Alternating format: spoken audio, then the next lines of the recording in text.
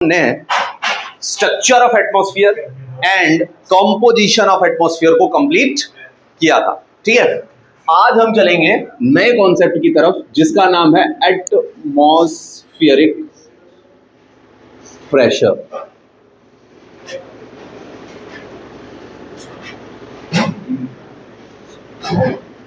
कुछ तो करने तो कम से कम एटमॉस्फेरिक प्रेशर। एटमॉस्फेरिक प्रेशर में हमने आपको बताया था कि जैसे जैसे वर्टिकली अपवर्ड जाते हैं वैसे वैसे एटमॉस्फेरिक प्रेशर क्या होता है, बढ़ता है या घटता है? घटता है। हम जानना चाहते थे आप लोगों से, आंसर नहीं बताया था हमने। क्या होता है? घटता है। पक्का? तो अब एटमॉस्फेरिक प्रेशर मेजर करने के लिए कौन से इंस्ट्रूमेंट का यूज करते हैं भैया? ये सारी डिस्कशन की थी क्या हमने आपसे? नहीं की थी ना, इतनी नहीं की। बैरोमीटर, कौन से इंस्ट्रूमेंट का यूज करते हैं? बैरोमीटर। बैरोमीटर की अगर हम बात करेंगे तो बैरोमीटर दो तरीके के होते हैं। One is aneroid barometer and another is Fortin's barometer. Fortin's barometer mercury के कॉन्सेप्ट पे आपका वर्क करता है, एंड्रॉइड बैरोमीटर स्प्रिंग के कॉन्सेप्ट पे वर्क करता है। स्प्रिंग के कॉन्सेप्ट पे वर्क करता है और मर्क्यूरी के कॉन्सेप्ट पे वर्क करता है। ठीक है, आइए आइए चेयर ले आइए।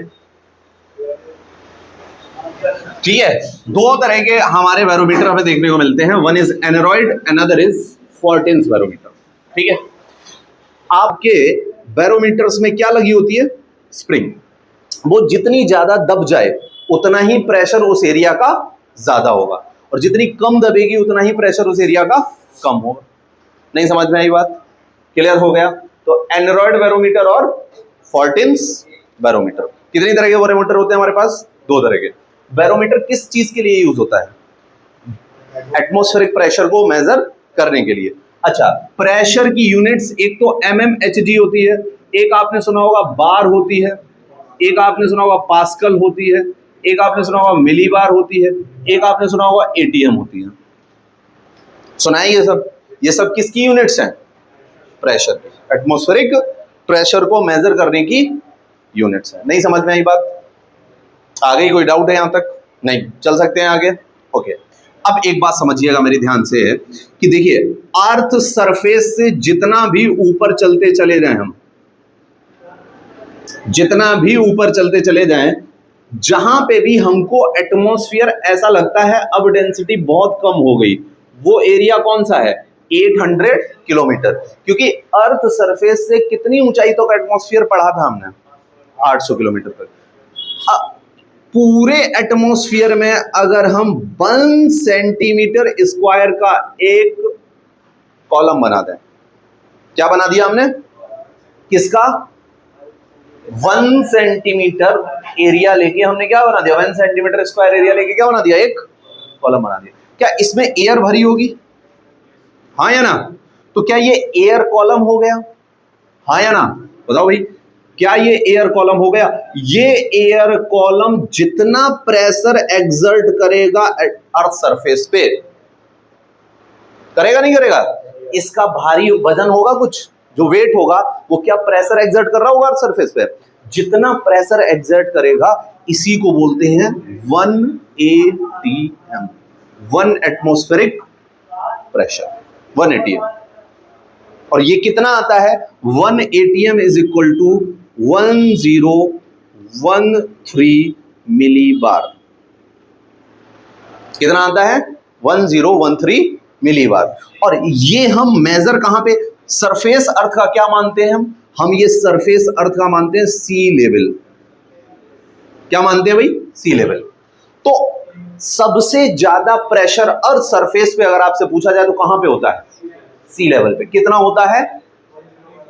इससे ज्यादा प्रेशर होता किसका? एटमॉस्फेयर का। यानी highest atmospheric pressure is at sea level and it is equal to, पानी के अंदर तो पानी का प्रेशर हो जाएगा, पानी के अंदर नहीं, पानी जो सतह है सी लेवल, पानी की सतह तक, जहां में हम पानी में एंट्री नहीं करेंगे, नहीं समझे मेरी बात को?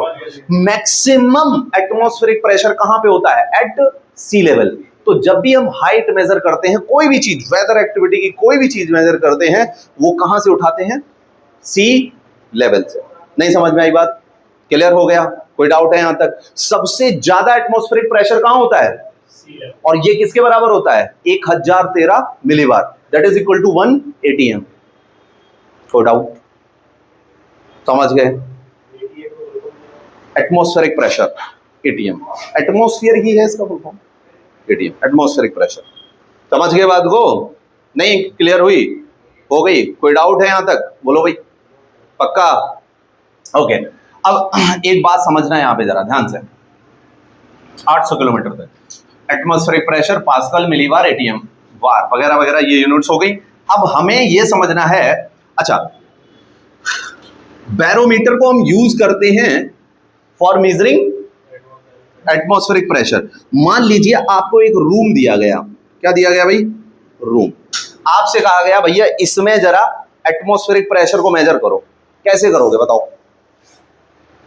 How you can measure atmospheric pressure in this room? तो आप क्या करोगे? बोलो। रूम खुद छोटा है, आपने क्या करना है? छोटा सा काम करना है, उस रूम के हर एरिया में जाके बैरोमीटर की रीडिंग ले लेनी है और वहीं पे चिपका दें, एक नोट छोटा सा चिपका देना है कि इतना प्रेशर यहां पे है। ठीक है? अब क्या करेंगे हम? पहला काम क्या करते हैं, इसके बाद हम उन सारे पॉइंट्स को मैच करा देते हैं जिनका प्रेशर क्या होता है? इक्वल होता है। क्या इसमें एक लाइन मिल जाएगी हमें, जो लाइन चारों तरफ से बंद होगी? हो सकता है, बंद नहीं हो तब भी हो सकता है। यानी ऐसी एक लाइन मिल जाएगी, नहीं मिल जाएगी? पक्की बात है। यानी सिमिलर प्रेशर पॉइंट की एक क्या बना देंगे हम? क्लोज्ड लाइन बन जाएगी। इसका शेप कुछ भी हो सकता है, स्क्वायर, सर्किल, रेक्टेंगल, ट्राइंगल, कुछ भी हो सकता है। समझ रहे हैं? नहीं क्लियर हुई बात? हो गई। ये लाइन कहलाएगी आइसोबार। ऐसी लाइन जिसके हर पॉइंट पे प्रेशर क्या हो? Same, that line is known as isobar. इस रूम में ऐसी ही आइसोबार हम बनाएंगे। देख लो कैसे कैलकुलेशन होती है, ये भी समझ लो भाई। इस रूम में ऐसी ही आइसोबार बहुत सारी बनाएंगे। अंदर जाने पे अगर प्रेशर बढ़ रहा है तो हमारा कंक्लूजन क्या आया? अंदर जाने पे प्रेशर बढ़ रहा है, यानी low pressure to high pressure margins है। यहां पे कौन सी मार्जिन्स है? Low pressure to high pressure. अगर अंदर जाने पे हाई आया और बाहर पे कम था, हाँ वो तो हो ही गया। अगर अंदर जाने पे कम है, बाहर ज्यादा था, तो high pressure to low pressure margins हो गई। नहीं समझ में आई बात? इतनी बात आ गई? क्लियर हो गया? कोई डाउट है? समझ आ गया? प्रेशर कैसे मेजर किया जाता है, कैसे क्लाइमेटोलॉजिस्ट लोग जो है प्रेशर मेजर करते हैं, ये समझ आ गया आपको। और इसी से सारी की सारी वेदर एक्टिविटी आपकी नोट डाउन की जाती है। समझ गए बात को? हमेशा विंड हाई टू लो जाती है, इसको भी समझ लो जरा। प्रेशर हाई, अगर इस दो रूम को कंपेयर करते हैं, मान लीजिए ये दो रूम है, बीच में है गैलरी, ठीक है? हम लोग दो रूम को कंपेयर करते हैं और बीच में क्या है? गैलरी है।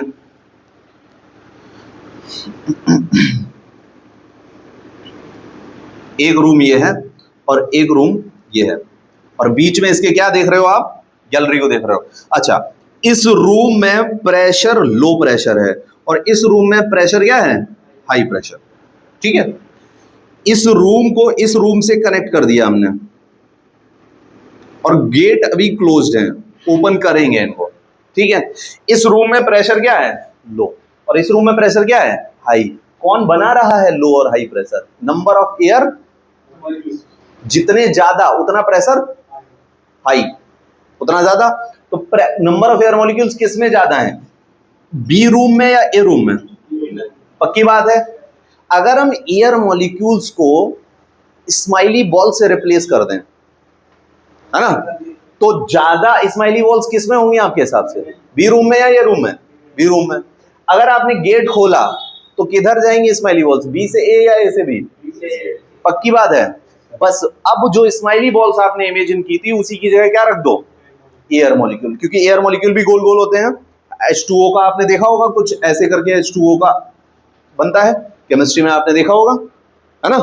तो स्माइली बॉल्स की जगह अगर हम एयर मॉलिक्यूल्स को रिप्लेस कर देते हैं तो क्या यहां से मॉलिक्यूल्स इधर की तरफ भागते हैं? हाँ या ना? बिल्कुल भागते हैं, इधर से इधर भागेंगे। तो क्या एयर मॉलिक्यूल भी इधर से इधर भागेंगे? बिल्कुल भागेंगे, स्माइली बॉल्स हो या एयर मॉलिक्यूल हो। जिसका प्रेशर ज्यादा, यानी जिस जहां पे नंबर ऑफ क्वांटिटी ज्यादा, वहां से किधर की तरफ भागती है चीजें, जहां पे क्वांटिटी कम हो। बोलो। लो टेम्परेचर, हाँ। वैसे तो टेम्परेचर की बात करेंगे हम, लेकिन आप ये हमेशा ध्यान रखो कि प्रेशर वहीं ज्यादा होगा जहां पे नंबर ऑफ एयर मॉलिक्यूल, जहां पे कम होंगे वहां पे कम होगा। नहीं समझे मेरी बात? नहीं क्लियर हुआ? हो गया? कोई डाउट है, कोई दिक्कत है? तो हवा कहां से कहां चलेगी, high pressure to low pressure या low pressure to high pressure? Temperature की अभी हम बात कर ही नहीं रहे, करेंगे, टेंशन मत लो। हाँ, हवा किधर से किधर चलेगी, हाई प्रेशर टू। तो ये बात आपकी पक्की एकदम दिमाग में बैठ गई कि हवा कभी भी लो प्रेशर से हाई प्रेशर नहीं चलती। कहां से कहां चलेगी? हमेशा हाई प्रेशर टू। आ जाओ फिर एक क्वेश्चन दे देते हैं आपको। Place a, place B, place सी। यहां का प्रेशर है 30 मिलीबार, यहां का प्रेशर है 80 मिलीबार, यहां का प्रेशर है 150 मिलीबार। बताओ हवा कहां से कहां चलेगी आपके हिसाब से? सारे ऑप्शन आपके खुले हुए हैं, कहां से साइकिल कहां जाएगी? स्टार्ट कहां से करेगी साइकिल? सी से स्टार्ट करेगी, कहां जाएगी फिर? एक एक करके बताना भाई। हाँ एक सेकंड। सी से बी और सी से ए जाएगी, ये बोल रहे हो? ठीक है, हाँ आप बताओ। सी से ए, सी से बी? सी से ए, सी से बी, यही जाएगा। हाँ बताओ। बी से ए जाएगा, बी से ए भी जाएगा। एक ही बार बताना है, बता लो पूरा। सी से ए जाएगा और सी से बी भी जाएगा, सी से बी जाएगा और बी से ए भी जाएगा। ठीक है, हाँ सी से ए जाएगा और कोई मूवमेंट नहीं होगा। हाँ दोनों जाएगा, लेकिन बी वाला पहले बढ़ जाएगा, तो बी से ए में भी जाएगा। बी से नहीं, आप वो पूरा मूवमेंट बताओ, प्रोसेस। दोनों नहीं, ये थोड़ी नहीं चलेगा। सी से ए में भी जाएगा, बी में भी जाएगा, बी से फिर ए में भी जाएगा। ओके, तुम आप बोल रहे हो कि सी से बी भी जाएगा, सी से ए भी जाएगा, लेकिन बी से ए भी जाएगा। ओके सी से ए, सी से बी। ओके, हाँ नहीं नहीं चेंज है। हाँ सी से ए, बी से बस। सी से ये बी से ए, सी से ए, बी से ए। हाँ हाँ, सी से ए, बी से ए। देखो चेंज हो गया, सबका चेंज हो रहा है, ऐसा नहीं। हाँ बोलो तो बोलो बोलो जल्दी। सी से बी, बी से ए, फिर सी से। अच्छा, तुम ऐसे चला रहे हो और ऐसे भी चला रहे हो। देखो बात यहां पे ये है कि 3 टंकी अगर मैं लगा दूं, है ना, और इन तीनों टंकी को एक पाइप से, सेम लेवल के पाइप से जोड़ दूं, ठीक है, जो मैंने जोड़ा है ना इनको, हाँ जी बोलिए। चेंज नहीं करना था भाई, क्या? ठीक है सर।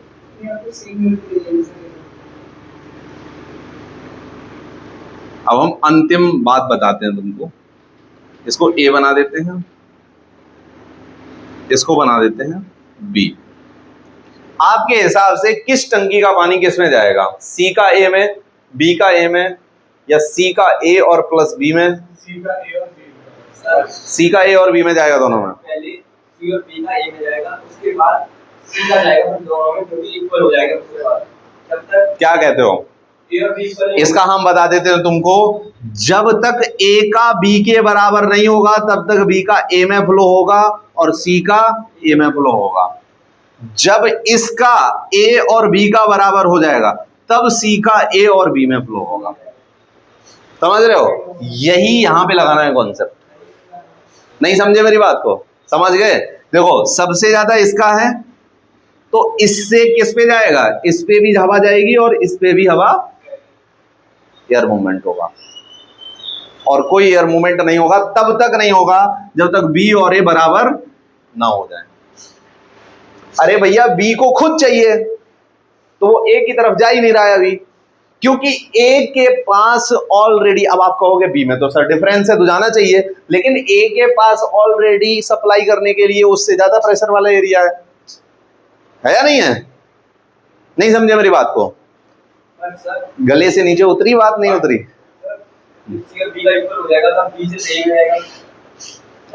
हाँ, तब दोनों का उसमें जाएगा, सी का बी में जाएगा और सी का ही किस में जाएगा, ए में जाएगा। तब बी का ए में जाएगा जब इन दोनों का इक्वल हो जाएगा। वैसे इक्वल हो जाएगा तो खुद ही नहीं जाएगा। हाँ, अगर इन दोनों का इक्वल हो गया तो फिर इन दोनों से इसमें जाएगा। मे बी हमने तो हाइपोथेटिकल सिचुएशन बनाई है ना ये। नहीं समझे मेरी बात को? जिसने भी दिया होगा आंसर वो सही है, जो है आंसर जो ये दिया। हाँ, हमें खुद नहीं ध्यान किसने क्या दिया है।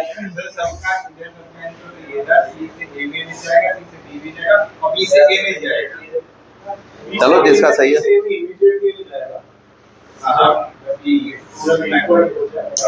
अगर यहाँ पे ये सप्लाई चेन नहीं होती तो बी से ए में जाता।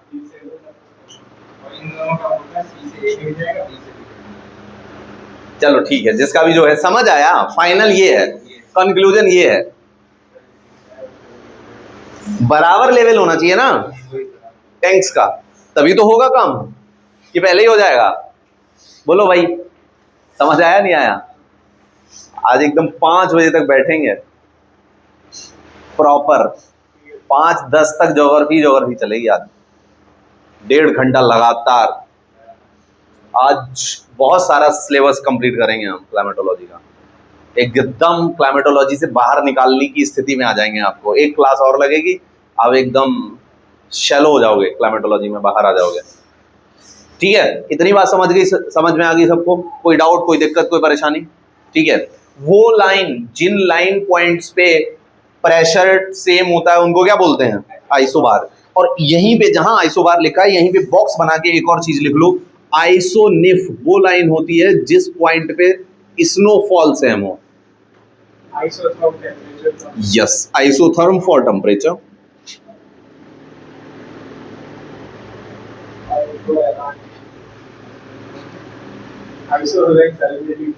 Yes,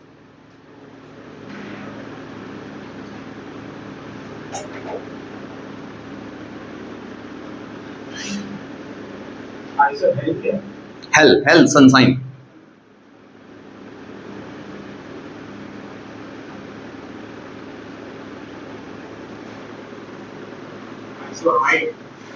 हाइटोलॉजी is the study of clouds.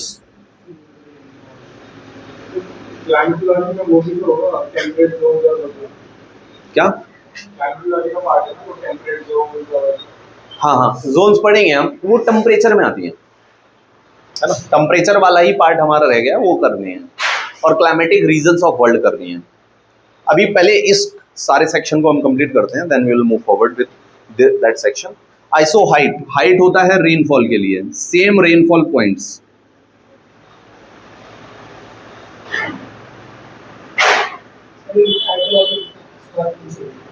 आपकी इच्छा, अगर आपको पता है hydrology is the study of clouds तो मत लिखो, नहीं पता है तो लिख लो।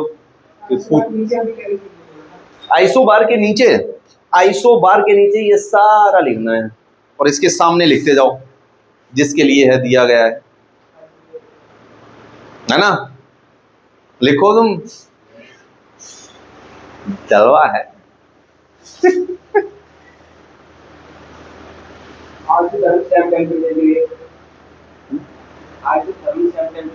यस, जो भी नहीं पता वो पूछ लेना भाई। निफ की स्नोफॉल, सेम स्नोफॉल, ये तो मैच करने के लिए आते हैं आपके एग्जाम में, याद रखिएगा।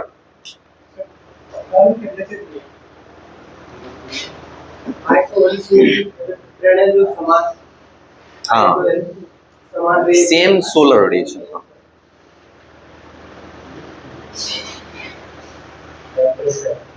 हमने वो वीडियोस डाल दी थी, देख ली थी आपने? देख लिया ना 2x वगैरह पे लगा हैलाइन सैलिनिटी।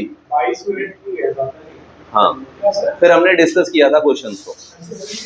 सैलिनिटी, सैलिनिटी लवणता, नमक, खारापना। आपने कॉन्टूर लाइंस सुनी है? कॉन्टूर लाइंस सुनी है? तो फिर ये कॉन्टूर लाइंस होती हैं सेम हाइट के लिए। सेम हाइट को, जैसे आपने कभी भी मैप देखा हो और मैप में इस तरह से लाइनें बनी हुई हैं, देखा है आपने कभी मैप ऐसी लाइनें बनी हुई? नहीं देखा है? कभी देखा? फिजिकल मैप में ऐसी लाइंस बनी होंगी, कॉन्टूर लाइन इनको कहते हैं। कॉन्टूर लाइन सेम हाइट वाली लाइंस, सेम हाइट को मैच कराने वाली लाइन कॉन्टूर लाइन। नहीं समझ में आई बात? आ गई? यहां तक कोई दिक्कत, कोई परेशानी? अब मुझे एक बात बताना, सारा कॉन्सेप्ट है, दिमाग से ध्यान से सुनना और उसको सीखना, सीखना बहुत जरूरी है। एक बात सुनिएगा ध्यान से। देखिए, अगर कहीं पे लो प्रेशर पॉइंट बना हुआ है तो क्या लो प्रेशर पॉइंट की तरफ हाई प्रेशर पॉइंट से हवाएं भाग के आएंगी? एयर मॉलिक्यूल आएंगे, भाग के नहीं आएंगे? ओके, मान गए आपकी बात हम, आएंगे, ठीक है। तो ऐसी एक्टिविटी को हम बोलते हैं साइक्लोनिक एक्टिविटी।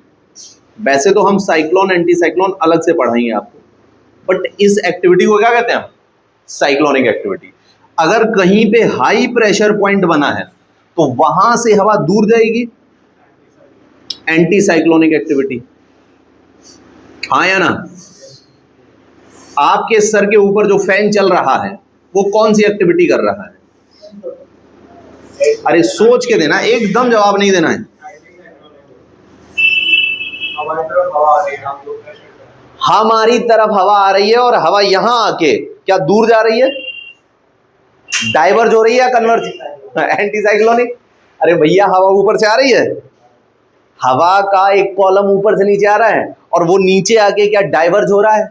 तो हाई प्रेशर पे क्या डाइवर्ज होता है या कन्वर्ज होता है? डाइवर्ज होता है। तो ये कौन सी एक्टिविटी कर रहा है? Anti cyclonic. और एंटी साइक्लोनिक एक्टिविटी जब कर रहा है तो आपके सर पे गर्मी आ रही है या ठंड आ रही है? ठंड आ रही है। यानी हर एंटी साइक्लोनिक एक्टिविटी पे टेम्परेचर क्या होगा? लो होगा। लो टेम्परेचर या हाई टेम्परेचर? Low temperature. और साइक्लोनिक एक्टिविटी पे हाई टेम्परेचर। यस, हर साइक्लोन के सर पे एंटी साइक्लोन और हर एंटी साइक्लोन के सर पे साइक्लोन बनता है। तो साइक्लोन और एंटी साइक्लोन साथ में ही आता है। यस, वो हम will discuss about that in cyclone and anti cyclone. अभी तो मैं प्रीव्यू दे रहा हूं क्योंकि कुछ समझाना है मुझे, इसके पीछे बैकग्राउंड दे रहा हूं मैं आपको। लो टेम्परेचर है तभी तो हाई प्रेशर बना, वो तो हमने पहले सीखा था। वही सारी चीजें रिलेट करेंगे यहाँ के, जो चीजें सीखी हैं वही अप्लाई करो। अगर इस रूम में टेम्परेचर हाई कर दिया जाए तो क्या इस रूम के एयर मॉलिक्यूल हल्के हो जाएंगे? क्या ऊपर भागेंगे? अगर भागे तो यहाँ पे एयर मॉलिक्यूल कम हो जाएंगे। कम हो जाएंगे तो यहाँ प्रेशर कैसा हो जाएगा? कम हो जाएगा। दूर से भाग के आएंगे एयर मॉलिक्यूल यहाँ के लिए, और जो दूर से भाग के आएंगे, यहाँ गर्मी है, वो भी गर्म हो जाएंगे, वो भी ऊपर भागेंगे। यानी हर लो प्रेशर पॉइंट पे एयर असेंड करती है और हर हाई प्रेशर पॉइंट पे एयर डिसेंड करती है। जैसे इसकी एयर क्या कर रही है? डिसेंड कर रही है या असेंड कर रही है? डिसेंड कर रही है। नीचे आ रही है या ऊपर जा रही है? नीचे आ रही है। तो हर हाई प्रेशर पॉइंट पे एयर क्या करेगी और हर लो प्रेशर पॉइंट पे एयर असेंड करेगी। नहीं समझ आई बात? अरे सिंपल सी तो बात है। नहीं समझ आई? आ गई? पक्का? तो बताओ। अच्छा, तूफान कब आएगा? लो प्रेशर बनेगा या हाई प्रेशर बनेगा? नीचे, यहां पे बात कर रहे हैं हम। लो प्रेशर बनेगा, तभी तो हवाएं दूर से भागती हुई आएंगी। तो हाई प्रेशर पे कभी भी तूफान नहीं आ सकता। तो बताओ, तूफान गर्मियों में आता है सर्दियों में? तूफान कब देखा है तुमने? गर्मियों में। टेम्परेचर कैसा होता है? हाई। प्रेशर कैसा होता है? लो या हाई?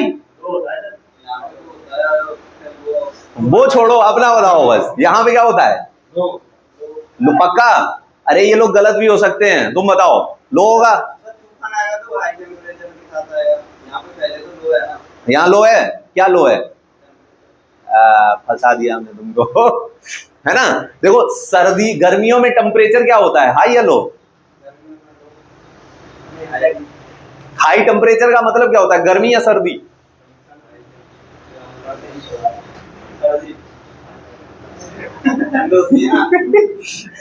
हाई टेम्परेचर, टेम्परेचर है ज्यादा तो क्या लगेगी?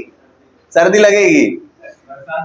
यानी अगर आपको 50 डिग्री सेल्सियस के कमरे में बंद कर दिया जाए और एक जगह आपको 10 डिग्री सेल्सियस के कमरे में बंद कर दिया जाए, कहां पे फील करोगे ज्यादा गर्मी? 10 पे या 50 पे? 50 पे। तुम तो कह रहे थे ज्यादा टेम्परेचर हुआ तो सर्दी लगेगी।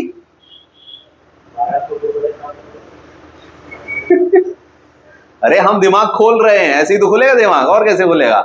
तो हाई टेम्परेचर है ना, तो हाई टेम्परेचर कब होता है? गर्मियों। नहीं समझे मेरी बात को? टेम्परेचर हाई कब होगा? गर्मी में। और टेम्परेचर लो कब होगा? सर्दी में। तो टेम्परेचर हाई लीड्स टू और लो टेम्परेचर लीड्स टू, समझ में आया? क्लियर हुआ? ऐसे समझो, सोचो दिमाग में। हम क्यों इतना तुमसे, हम समझ जाते हैं ना, तुम यहाँ पे स्टिक करोगे तभी हम पकड़ लेते हैं जाके, और उसी को पकड़ेंगे जो स्टिक करेगा। उल्टी हो जाती है अगर हम एल्टीट्यूड में ऊपर जाए। नहीं, क्या उल्टी होती है? अभी हम वो समझाएंगे, ऑल्टीट्यूड की बात आएगी, डोंट वरी। अभी वर्टिकल डिस्ट्रीब्यूशन ऑफ प्रेशर और हॉरिजॉन्टल नहीं, बता दिया हमने पहले, लेकिन फिर से बताएंगे। वो समझ में आ गई इतनी बात? आइडिया हुआ कैसे क्या होता है? अब बताओ, सर्दियों में तूफान आता है या गर्मियों में? गर्मियों में। टेम्परेचर कैसा होता है? टेम्परेचर क्या होता है? हाई। प्रेशर क्या बनता है? लो। तो जब प्रेशर लो बनेगा तभी तो हवाएं दूर से भाग के आएंगी, और जब दूर से भागती हुई आएंगी तो कभी कभी हमें दिखेगा कि बहुत तेजी से आ रही हैं, और वही क्या कहलाएगा? तूफान। सही बात है? कोई डाउट है? अगर वो हवा अपने साथ वाटर वेपर लेके आ गई, कौन सी हवा? जो भागती हुई आ रही है। अगर वो हवा अपने साथ क्या लेके आ गई? वाटर वेपर, तो क्या यहां पे आके वो हवा असेंड करेगी? अगर यहाँ लो प्रेशर है, असेंड करेगी, यानी गर्मियों में हवा क्या करने लगेगी? असेंड करने लगेगी। अगर असेंड करने लगेगी और उसमें पाया जा रहा है वाटर, तो क्या वो वाटर वेपर, जैसे ही हम अर्थ सरफेस से वर्टिकली अपवर्ड बढ़ते हैं तो क्या टेम्परेचर कम हो जाता है? अगर टेम्परेचर कम हो जाएगा तो क्या वाटर वेपर वाटर ड्रॉप्स में चेंज हो जाएगा? हाँ या ना? टेम्परेचर कम किया तो क्या भाप पानी बन जाएगी, और पानी बर्फ बन जाएगा अगर टेम्परेचर और कम कर दिया। नहीं समझे बात को? क्लियर हुआ? वेपर क्या बन जाएगा? वो ड्रॉप्स। जैसे जैसे हवा कहाँ जाएगी? ऊपर। तो क्या ऊपर जाती हुई हवा बारिश करा जाएगी? यानी असेंडिंग एयर क्या करती है? रेन करती है, नहीं करती है? यानी ऊपर जाती हुई हवा क्या कराएगी? बारिश। तो बारिश बताओ, लो प्रेशर पे होगी, हाई प्रेशर पे होगी, या दोनों पे होगी? दोनों पे भी हो सकती है क्या? हो सकती है दोनों पे? बताओ भाई, दोनों पे नहीं हो सकती, कौन से पे होगी? सिर्फ कौन से पे? लो प्रेशर पे। हाँ, दोनों पे नहीं हो सकती क्या? देख लो। हाँ बताओ भाई। हाँ, दोबारा नहीं होगा यही दिक्कत है। बारिश कहां होगी? लो प्रेशर, हाई प्रेशर, या बोथ? आपका क्या था आंसर? हाई पे होनी चाहिए। हाँ,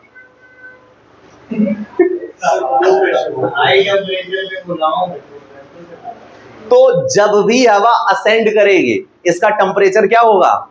डाउन। और तभी वेपर किस में चेंज होगा? ड्रॉप्स में। तो तभी ड्रॉप बनेगी। अगर यही हवा हम नीचे लाने लगे तो इसका टेम्परेचर क्या होगा? बढ़ेगा घटेगा? अगर ऊपर जाते हुए घट रहा है तो नीचे आते हुए, तो टेम्परेचर बढ़ते हुए टेम्परेचर पे कभी भी वेपर ड्रॉप्स में चेंज नहीं हो सकता। तो descending air never rains. Statement समझ में आया? डिसेंड करती है हवा, तो डिसेंडिंग एयर कभी भी रेनफॉल नहीं करेगी। नहीं समझ में आई बात? आ गई। तो अब बताओ इंडिया में बारिश आपने कब होते हुए देखी, गर्मियों में सर्दियों में? क्योंकि गर्मियों में प्रेशर क्या होता है, वो तो अब उसका कोस्टल एरिया का इफेक्ट है। हाँ, अरे हम ये पूछ रहे हैं, हम क्या पूछ रहे थे? लो प्रेशर होता है, और सर्दियों में प्रेशर क्या होता है, हाई प्रेशर। तो बारिश कब होती है, सर्दियों में गर्मियों में? देखिए आपने, गर्मियों के बाद बारिश होती है। क्यों होती है? क्योंकि प्रेशर कैसा बनता है। समझ में आई बात? क्लियर हो गया?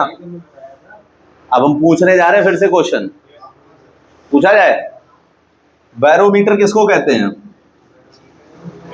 ऐसा इंस्ट्रूमेंट जो क्या मेजर कराता है, एटमॉस्फेरिक प्रेशर। हम हाँ मिली बार में 3 कंडीशन दे रहे हैं, ध्यान से सुनना है, ठीक है? हमने एक एक्स प्लेस है, एक वाई प्लेस है और एक जेड प्लेस है। तीनों प्लेसेस पे बैरोमीटर रख दिया। क्या रख दिया भाई? बैरोमीटर। एक्स प्लेस की रीडिंग में हाई प्रेशर आ गया, बैरोमीटर पे क्या आ रहा है, प्रेशर हाई आ रहा है। वाई प्लेस की रीडिंग पे लो प्रेशर आ रहा है। जेड प्लेस पे पहले हाई प्रेशर आ रहा था, अब क्या आने लगा, धीरे धीरे लो प्रेशर, यानी high pressure convert into low pressure. तो बताओ, यहाँ पे वेदर एक्टिविटी बतानी है आपको, मौसम की घटनाएं आपके हिसाब से क्या होंगी, कहाँ पे बारिश होने वाली, कहाँ तूफान आने वाला, कहाँ दोनों आने वाले, कहाँ कुछ नहीं आने वाला। आप कंडीशन देख लो, क्लियर स्काइज रहेंगे, okay. High temperature, low temperature, low temperature. समझ में आया क्वेश्चन? हमने कहा एक्स वाई जेड 3 जगह ले ली, प्लेस, लोकेशन, और इन तीनों जगह पे क्या लगा दिया, बैरोमीटर। क्या करता है, एटमॉस्फेरिक प्रेशर को मेजर करता है। हमने बताया एक्स प्लेस पे उसकी रीडिंग हाई प्रेशर आ रही है, वाई प्लेस पे उसकी रीडिंग लो प्रेशर आ रही है, जेड प्लेस पे उसकी रीडिंग पहले हाई आ रही थी, धीरे धीरे क्या हो रही है, लो। आपको बतानी है यहाँ पे वेदर एक्टिविटी, मौसम की क्या घटनाएं पाई जाएंगी। लो प्रेशर पे हाई टेंपरेचर होगा। हाँ ठीक है, सर जेड वाले पे बारिश का टेम्परेचर को थोड़ा छोड़ देते हैं, हम सिर्फ 2 को कंसिडर करेंगे यहाँ पे, बारिश और तूफान, स्टॉर्म एंड रेनफॉल। एक्स पे तो नो साइन ऑफ बारिश and no sign of storm, यानी आपके हिसाब से एक्स काम वेदर होगा, शांत एकदम। क्या ये बात सब मानते हैं? नहीं मानते हैं। आप क्या मानते हैं, जल्दी बताओ, जल्दी बताओ, एक्स पे क्या होगा? सर ये हाई प्रेशर ग्राउंड में बढ़ता है, ऊपर हम ग्राउंड की बात करें, नॉर्मल बात करो, आप टेंशन मतलब ऊपर नीचे की। अगर ऊपर सेकंड से हवाएं चलेगी सर, एक्स पे एंटी साइक्लोनिक एक्टिविटी होती है। हम 2 ही चीज की कंसिडर कर रहे हैं, तूफान को, वेदर में तो आ ही रहे, तूफान को और बारिश को, रेन एंड स्टॉर्म। बताओ आपके हिसाब से क्या होगा? वाई पे सर रेन होगा, वाई पे रेन होगा,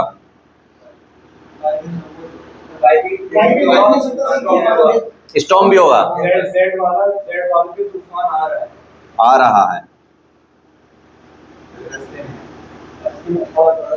क्लाउडी वेदर हो जाएगा, काले बादल हो जाएंगे। वाई में सर स्टॉर्म आ रहा है, स्टॉर्म है कोई ब्लैक बारिश। क्या कह रहे हो भाई? वाई वाला जो है ना उसमें स्टॉर्म आएगा, स्टॉर्मी वेदर। हाँ भाई, कुछ और किसी का कुछ चेंज करना है? जेड में ये है कि बारिश होने वाली है। हाँ, can be stormy and can be rainfall, rainfall can be cause. हाँ बताओ भाई, कुछ चेंज करना है इसमें? कुछ चेंज नहीं है, तो ऐसा कैसे, सब सही है एकदम। एक्स पे कोई बारिश नहीं होगी, थोड़ा काम रहता जाएगा। आईएएस का क्वेश्चन नहीं है, सब कुछ सही है। एक्स पे एकदम काम वेदर होगा, चाय की प्याली निकाल के पी सकते हो आराम से आप, है ना, आराम से। ये ऐसा वेदर कब देखने को मिलता है इंडिया में, सर्दियों में, गर्मियों में? सर्दियों में। कभी तो धूप में बैठ के वो मूंगफलियां खाते हैं। हाँ ठीक है। वाई पे भाई लो प्रेशर है, तो बाहर के हवाएं भी आ रही होंगी एकदम, वेदर कैसा है, तूफानी मामला है ना, विंडी है, और रेन आ सकती है, रेन भी हो सकती है। रेन का हमने ह्यूमिडिटी का यहाँ पे नहीं बोला है आपसे, तो आप वो कैन भी लगाओगे यहाँ पे, है ना, वो ऑप्शन से भी देखोगे, अगर उसने वहां पे रेन लगा ही रखी है तो आएगी। फिर उसने ह्यूमिडिटी यहाँ पे हमने आपको नहीं बताई, हमने बस सिर्फ आपको बताया प्रेशर। तो क्या हम अगर 2-3 चीजें बता दें आपको कैलकुलेट करके, तो क्या आप वेदर नहीं बता पाओगे उस जगह का? बता दोगे ना। हम प्रेशर बता दें, वहां की ह्यूमिडिटी बता दें, आप इन्हीं 2 चीजों से बहुत सारी चीजें बता दोगे, नहीं बता पाओगे, है ना। तो एक हाइग्रोमीटर और एक बैरोमीटर यहां पे जो है लगा लिया करो, जहां का वेदर निकालना है, हाइग्रोमीटर ह्यूमिडिटी, है ना। ठीक है सर, ये हाँ एकदम ठीक है। सर जेड वाले को समझा। जेड वाले को मैं समझा देता हूं। प्रेशर था हाई, यहां पे सन धीरे धीरे निकल रहा है। हमने देखो सुबह से दोपहर की कंडीशन बनाई यहां पे। सुबह था, प्रेशर हाई था, ठंडा था वातावरण, मौसम एकदम काम था, तूफान तो आता नहीं, सुबह को तूफान आते देखा है, बहुत रेयर कंडीशन होगी जब बहुत गर्मी होगी तब तूफान आएगा सुबह को। दोपहर में या शाम को तूफान बहुत ज्यादा फ्रिक्वेंटली आता है। क्यों? क्योंकि दोपहर में प्रेशर लो हो जाता है, क्योंकि टेम्परेचर हाई हो जाता है। नहीं समझे मेरी बात को, है ना। अब हमने सुबह से दोपहर तक की कंडीशन बनाई है ये आपके सामने। सुबह आराम से आप उठे, ब्रेकफास्ट वगैरह किया, आपने देखा कि काम वेदर है एकदम, लेकिन धीरे धीरे धीरे धीरे सन आपके सर के ऊपर राइज होने लगा। जैसे ही राइज हुआ वैसे ही टेम्परेचर आपके एरिया का इंक्रीज हो गया। टेम्परेचर इंक्रीज हुआ वैसे ही प्रेशर क्या हो गया आपके एरिया का? लो हो गया। अब जैसे ही आप थोड़ा और आगे बढ़ोगे तो हो सकता है एक भागती हुई हवा आपकी तरफ आ रही हो, क्योंकि प्रेशर आपके यहाँ लो हो चुका है, number of air molecule ascend हो चुकी है ना आपके यहाँ, क्योंकि टेम्परेचर हाई हो चुका है आपके यहाँ का। नहीं समझ में आई बात? आ गई पक्का? आईएएस में आया हुआ भाई ऐसे। और ये सारा कॉन्सेप्ट है, आप देखोगे अगर ऐसे दिमाग लगाओगे क्लाइमेटोलॉजी बचेगी नहीं कहीं पे। देखते देखते क्वेश्चन हो जाएंगे क्लाइमेटोलॉजी के। यही डाउट है कि ये जो हाइड्रेशन लोकेशन बना रहे हो ग्राउंड पे बन रहा है? नहीं ग्राउंड पे। हम अभी ऊपर बिल्कुल भी हम इंटरेस्टेड ही नहीं ऊपर के बारे में बात कर रहे हैं। जब आपने फैन का एग्जांपल लिया था तो ग्राउंड का नहीं फैन का एग्जांपल लेंगे तो हम ग्राउंड और दोनों लेंगे। तो फैन के एग्जांपल का आपने बोला कि इधर लो प्रेशर बना हुआ है। यस हाँ, नहीं यहाँ पे लो प्रेशर नहीं बना हुआ है, लो प्रेशर नहीं बना हुआ है।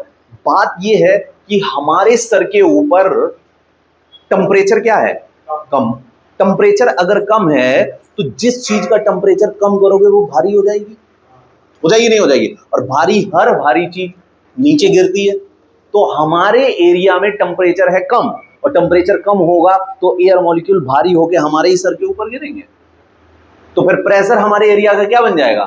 हाई, क्योंकि नंबर ऑफ एयर मॉलिक्यूल बढ़ गए। अगर हमारे एरिया का टेम्परेचर बढ़ जाए तो यही एयर मॉलिक्यूल कैसे हो जाएंगे? हल्के, और हल्के हो जाएंगे तो क्या होगा? यही एयर मॉलिक्यूल असेंड कर जाएंगे ऊपर की तरफ। क्या दिक्कत है? कोई दिक्कत है? समझ आ गई बात, है ना? क्लियर हो गई? इस बात को हम ऊपर और नीचे वाली बात को आपको जब साइक्लोन एंटी साइक्लोन पढ़ाएंगे तो और डिस्कस करेंगे इसको अच्छे से। यहां तक कोई दिक्कत है, कोई परेशानी? चल सकते हैं आगे। तो आपको ये बातें सारी क्लियर हो गई कि कैसे हवा का मूवमेंट होता है, कहां से कहां चलेगी, और बैरोमीटर की रीडिंग वगैरह से मौसम आप आसानी से निकाल सकते हो, क्या वेदर कंडीशंस हैं, मौसम विज्ञान का आपको नॉलेज हो जाएगा। बस आप अपनी पॉकेट में एक हाइग्रोमीटर और एक बैरोमीटर रखो, ठीक है? जहां पे भी जो बोले तुरंत बता दो भाई ये होगा। वर्ल्ड मैप, हाँ वो तो लोकेशन पे डिपेंड करेगा, किस लोकेशन की आपको निकालनी है। बिल्कुल रेफरेंस के लिए पड़ेगी, है ना? समझ आ रही है बातें? नहीं आ रही हैं? नहीं आ रही हैं? आ रही हैं पक्का? अब बहुत शानदार कॉन्सेप्ट की तरफ जा रहे हैं हम फिर से, ठीक है? क्लाइमेटोलॉजी में बहुत जानदार चीजें हैं भाई, ऐसे तो नहीं, रेन तो अभी बहुत दूर है, रेन को आज पकड़ ही नहीं पाएंगे हम।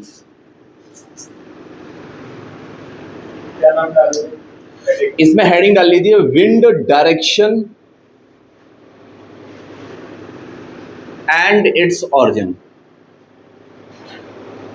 अब हम आपको ये सिखाने जा रहे हैं कि आखिर हवा उत्पन्न कैसे होती है, हवा चलती है, अच्छा हवा नहीं, वायु। There is huge amount of difference between air and wind. कितना ह्यूज है बताओ, एयर और विंड क्या डिफरेंस है? एयर स्टैटिक, ये तो एयर मॉलिक्यूल्स हो गए, यानी गैसेस, मिक्सचर ऑफ गैसेस हो गया ये तो, है ना, मिक्सचर ऑफ गैसेस। वहीं पे विंड की बात करेंगे तो हॉरिजॉन्टल मूवमेंट ऑफ एयर।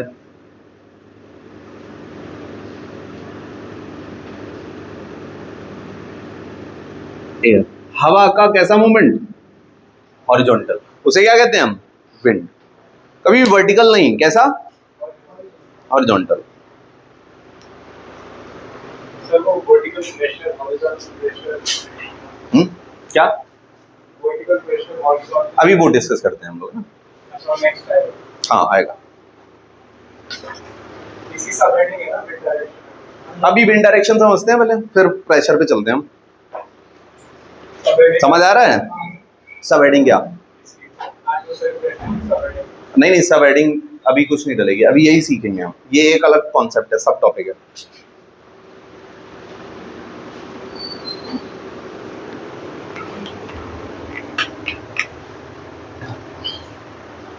आज आप जब निकलोगे क्लास से तो ऐसा लगेगा आपको कि क्लाइमेटोलॉजी हमारे चारों तरफ घूम रही है।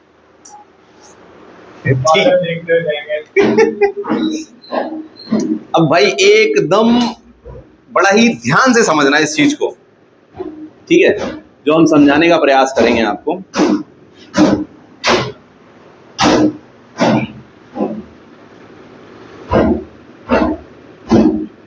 क्योंकि ये स्लिप हो सकती है चीज।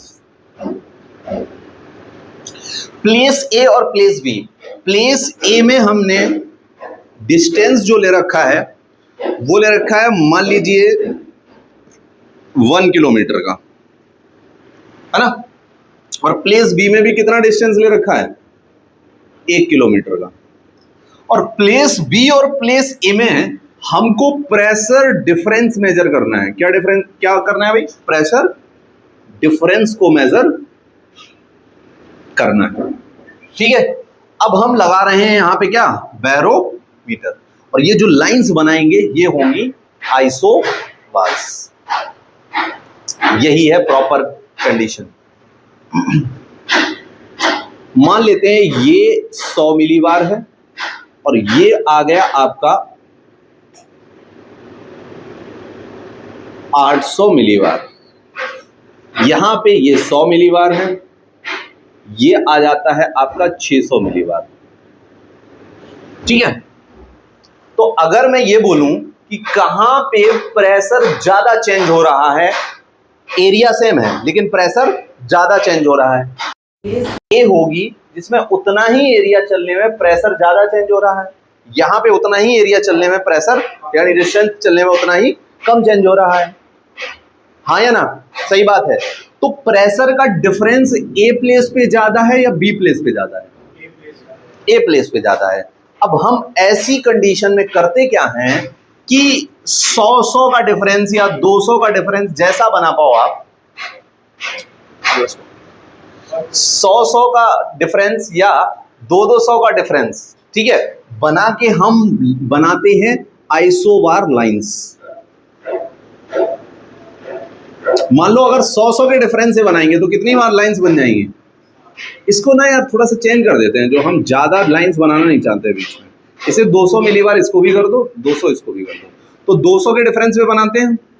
जब भी दो जगह का प्रेशर डिफरेंस कैलकुलेट करना हो तो जो डिफरेंस लेते हैं किसमें? मिलीबार में, वो सेम होना चाहिए, चाहे आइसोबार कितनी भी दूर कितनी भी पास हो जाए, फर्क नहीं पड़ता। 200 के बाद क्या आएगा? 400, 400 के बाद क्या आएगा? 600, 600 के बाद क्या आएगा? 800। तो ये 400 हो गई, ये हो गई 600 और ये हो गई 800, ठीक है। वहीं पे यहां बनाएंगे तो आपको नहीं लग रहा है एक ही लाइन बनानी पड़ेगी? नहीं, मेरी बात समझ में आई? आ गई? तो कहां पे आइसोबार क्लोज है?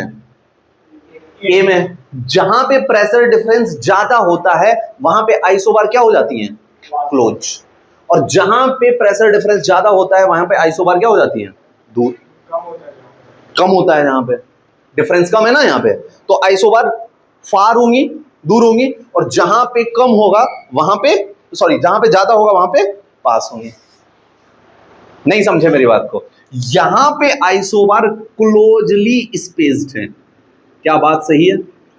और यहां पे स्पार्सली स्पेस्ड है। क्या दोनों में एक ये कंडीशन आपको क्लियर हो गई? हुई या नहीं हुई ये बताओ? होगी भाई? अच्छा बना लो, वैसे तो कॉन्सेप्ट समझना है पहले आपको, बना लो भाई। अब सबको बना ले।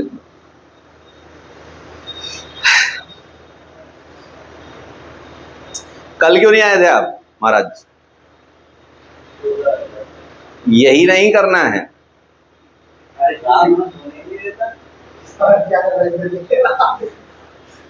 तुम लोग एक साथ रह रहे हो?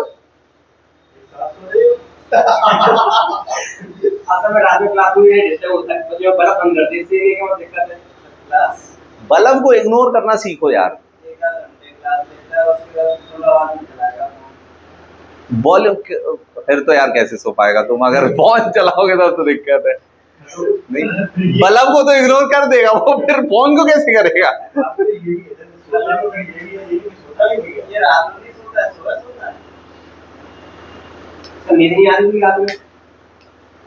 अरे यार फोन जमा कर दो तुम हमारे पास 4 दिन के लिए।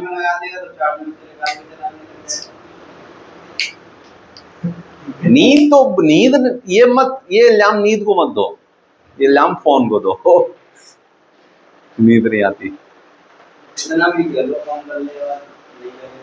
नहीं का आवाज करोगे फिर लाइट भी चलाओगे तो दूसरा आदमी कैसे सोएगा यार?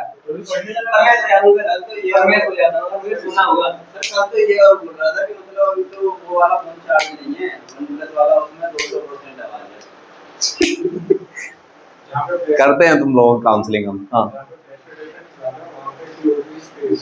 क्लोजली स्पेस्ड होंगी। आप ये सोचो ना, जहां पे प्रेशर डिफरेंस ज्यादा है वहां पे उतने ही एरिया में ज्यादा आइसोबार बन जाएंगे, उतने ही प्रेशर के अंतर पे, और उसमें कम बनेंगी। क्या ये बात समझ में आ गई आपको? तो फिर तो आसान हो गया हमारा काम। हाँ बताओ भाई, तुमको समझ में आई? आ गई पक्का? बढ़िया है फिर तो। हाँ आ गई,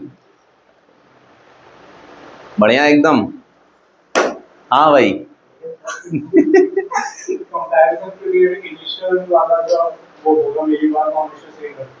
हाँ हाँ, जितना आप डिफरेंस लोगे ना ये आपको इक्वल रखना है। अगर डिफरेंस आपने कम ज्यादा कर दिया आइसोबार्स में तो आप रियल कंपैरिजन कर ही नहीं पाओगे जगह का, कितना आइसो और कितना प्रेशर का डिफरेंस है। अभी बता रहे हैं क्यों किया जा रहा है, उससे पहले तुम लोग लिखने लगे ना, तो कॉन्सेप्ट को हिट करना बाकी है ना। ठीक है, अब देखिए बताइए हवा कहां से कहां चलेगी? 800 से 200 या 200 से 800? कितने कहां से? 800 से 200 जाएगी। ये गलत भी हो सकते हैं ये लोग। हाँ आशीष बताओ, ये सही है सब? ठीक है भाई, मान लेते तुम्हारी बात। तो क्या हवा ऐसे जाएगी? जाएगी नहीं जाएगी? यानी इस वाले एरिया में नंबर ऑफ एयर मॉलिक्यूल ज्यादा है या कम है? ज्यादा है। इस वाले एरिया में कम है। तो कहां से एयर मॉलिक्यूल जाते हैं? भागते हैं ज्यादा से कम की तरफ, भागते नहीं भागते हैं? अच्छा, इनको यहां से यहां तक ले जाने के लिए फोर्स चाहिए, बल चाहिए, फोर्स चाहिए। कौन लगा रहा है वो फोर्स? ये क्या प्रेशर डिफरेंस का ही खेल है सारा। प्रेशर डिफरेंस खत्म किया तो ये फोर्स गायब हो जाएगा और फोर्स कोई भी नहीं लगाएगा। तो ये हवा के मॉलिक्यूल को, एयर के मॉलिक्यूल को, गैसेस के मॉलिक्यूल को इस जगह से इस जगह तक लाने के लिए रिस्पॉन्सिबल कौन है? क्या प्रेशर डिफरेंस है? हाँ या ना? तो किससे हवा चलती, किस वजह से? Due to pressure. और हवा हमेशा आइसोबार के किस एंगल पे चलेगी? परपेंडिकुलर। लेकिन अभी इसमें एक और खुलासा करेंगे हम, इस परपेंडिकुलर एंगल को छोटा कर देंगे। यहां तक सबको क्लियर हो गया? हाँ, अभी कोरिलेस आएगा ना पिक्चर में। नहीं समझ में आई बात? आ गई। तो हवा किसकी वजह से, ऑरिजिन ऑफ विंड किसकी वजह से होती है? ड्यू टू प्रेशर डिफरेंस, और इसको बोलते हैं, प्रेशर डिफरेंस को क्या नाम देते हैं हम? Pressure gradient. और इसकी वजह से लगने वाला फोर्स प्रेशर ग्रेडियंट, यानी ऑरिजिन ऑफ विंड के लिए रिस्पॉन्सिबल फोर्स है पीजीएफ। ग्रेडियंट का मतलब क्या होता है? What do mean by gradient? Gradient माने होता है अंतर, डिफरेंस। तो हवा का जन्म कौन कराता है? Force, PGF. पीजीएफ हमेशा कैसे लगेगा? आइसोबार के परपेंडिकुलर। समझ आई बात? हवा का जन्म आज सिखाया हमने तुमको, बधाई हो। हवा हुई है।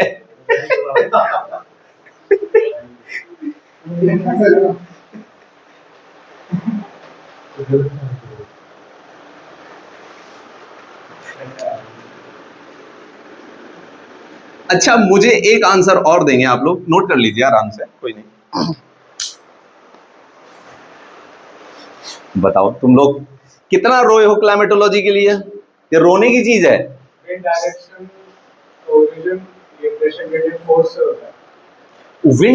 भी प्रेशर ग्रेडियंट फोर्स ही डिफाइन करता है, और विंड ऑरिजिन भी करता है डिफाइन। लेकिन विंड डायरेक्शन अभी और भी बहुत सारे फोर्सेस हैं जिन पे डिपेंड करेगा। Is known for origination of wind as well as direction of wind. आप देखो ना, विंड कहां चलेगी? क्या पीजीएफ लगने की डायरेक्शन में चलेगी, पैरेलल टू पीजीएफ? तो क्या डायरेक्शन को ये डिसाइड नहीं कर रहा है? कर रहा है पीजीएफ। समझ में आई बात? नहीं आई? बताओ, क्लाइमेटोलॉजी से इजी और मजेदार कोई चीज होगी ज्योग्राफी में? कोई ऐसा चीज नहीं है ज्योग्राफी के अंदर जो इससे मजेदार हो।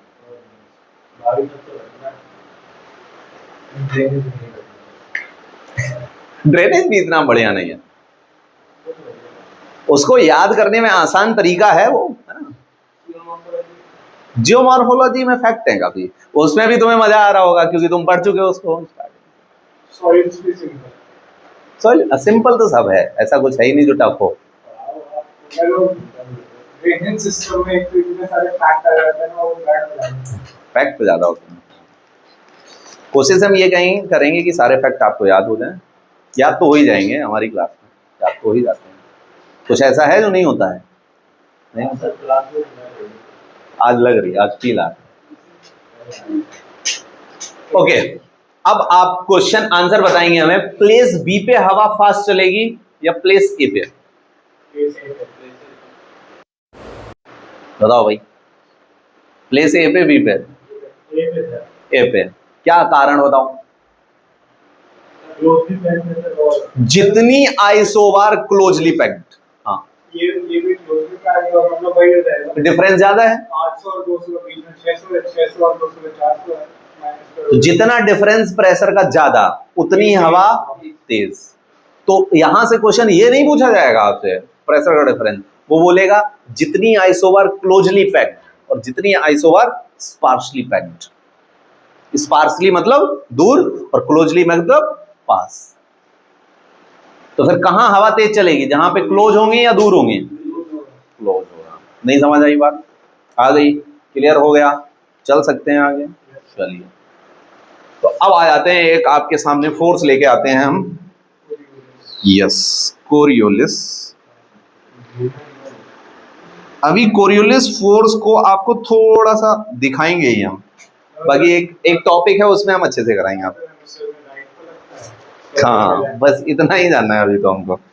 Due to rotation of the earth, पृथ्वी के घूमने की वजह से, किसके घूमने की वजह से? अर्थ के घूमने की वजह से नदर्न हेमिस्फीयर में हर उड़ती हुई चीज किधर डिफ्लेक्ट हो जाती है? और सदर्न हेमिस्फीयर में हर उड़ती हुई चीज लेफ्ट को डिफ्लेक्ट हो जाती है। और ये किसकी वजह से? Due to Coriolis force. और कोरियोलिस फोर्स एक व्यक्ति थे जिनका नाम था जी कोरियोलिस, उन्होंने इसको डिफाइन किया था, इसलिए इसका नाम पड़ गया। ये क्यों है, किसकी वजह? Due to rotation of the, और नदर्न हेमिस्फीयर में किधर कोरियोलिस डिफ्लेक्ट कर देता है चीजों को? राइट, और सदर्न में लेफ्ट। क्या ये हवा का भी डिफ्लेक्शन करेगा? हर उड़ती हुई चीज, क्या एरोप्लेन का डिफ्लेक्शन होगा? उड़ते हुए एरोप्लेन का होगा।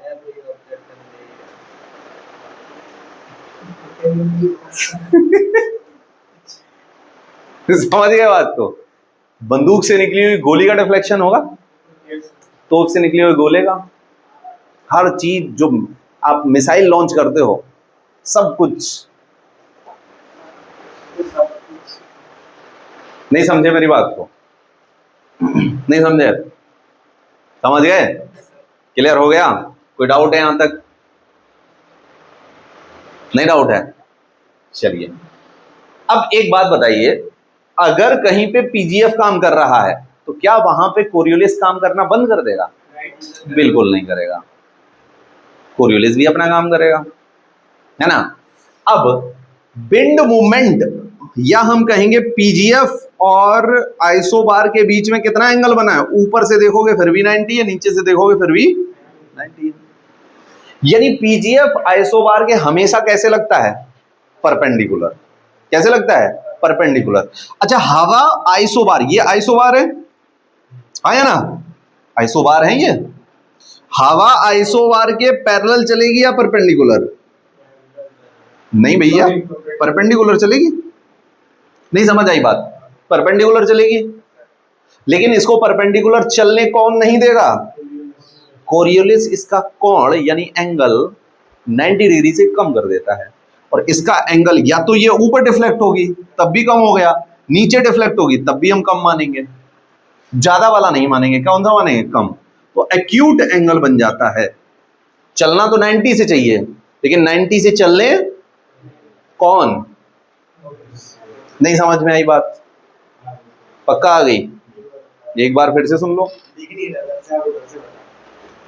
यहां से दिख रहा है, ये है आपकी आइसोबार, ठीक है। आइसोबार के परपेंडिकुलर चल रही है क्या? हवा, विंड। पीजीएफ भी परपेंडिकुलर लग रहा है, जिधर पीजीएफ लगेगा उधर हवा चलेगी। हवा कितना एंगल बना रही है आइसोबार से? 90, क्योंकि पीजीएफ भी कितना एंगल बनाता है? 90। यानी हवा is parallel to PGF and हवा इज परपेंडिकुलर टू आइसोबार, है ना।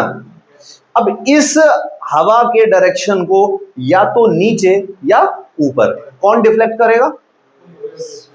तो 90 से कम, अगर ऊपर डिफ्लेक्ट हो रहा है तो भी 90 से कम मान लेंगे, नीचे डिफ्लेक्ट हो रहा है तो भी 90 से कम मान लेंगे, क्योंकि दोनों तरफ तो 90 है। नहीं समझ में आई बात? नहीं आई? कोई डाउट है यहां तक? कोई डाउट नहीं है? एकदम क्लियर है? और डिफ्लेक्शन कौन कराता है? कोरियोलिस। ठीक है, चल सकते हैं अब आगे। इतना लिखना है इसमें कुछ आपको? लिख लिया ना? चलें आगे। बिल्कुल नहीं, कॉन्टिनेंट तो नहीं रहेंगे, सीधी सीधी हवा चलेगी, फिर सीधी सीधी चलेगी हवा, फिर तिरछी नहीं होगी। अच्छा, हवा अर्थ सरफेस पे ज्यादा फास्ट चलती है या अर्थ सरफेस के ऊपर ज्यादा फास्ट चलती है? या नीचे ज्यादा फास्ट चलेगी या ऊपर ज्यादा फास्ट चलेगी? बताओ, इनका आंसर है नीचे फास्ट चलेगी, आपका क्या है? नीचे चलेगी, आपका ऊपर चलेगी। हाँ, कहाँ चलेगी? नहीं सर, ऊपर ही चलेगी, क्योंकि नीचे तो बहुत सारे ऑब्जेक्ट भी तो आएंगे। यस, फ्रिक्शन कहाँ ज्यादा होगा? नीचे। अरे भैया, नीचे पहाड़ हैं, तो ये मॉलिक्यूल तो नीचे जाना है ना। हमने ये कहा ही नहीं ज्यादा है या कम है, हमने तो बोला उनका मूवमेंट फास्ट कहाँ होगा? ज्यादा मॉलिक्यूल भी फ्रिक्शन बनाएंगे, वेट ज्यादा होगा उनका। और नीचे पहाड़ हैं, वन हैं, जंगल हैं, वन और जंगल एक ही है, फॉरेस्ट, है ना। और आपके कंस्ट्रक्शन, बड़ी बड़ी बिल्डिंग है, तो यहाँ पे फ्रिक्शन ज्यादा होगा, तो फास्ट हवाएं कहाँ चलेंगी? अब प्लेन के बाहर से देखे, आपकी मुंडी गायब, बहुत तेज चल रही होगी ना, इसलिए कहते हैं प्लेन की विंडो खोलनी खुलती भी नहीं है। ऊपर से ड्रॉप हो जाएगी। ड्रॉप हो जाएंगे। चले आगे, चल सकते हैं भाई, चलिए।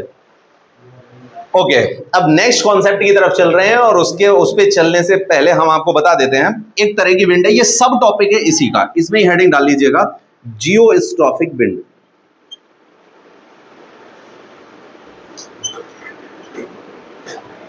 भू विपेक्षी पवनें, जियोस्ट्रॉफिक विंड्स।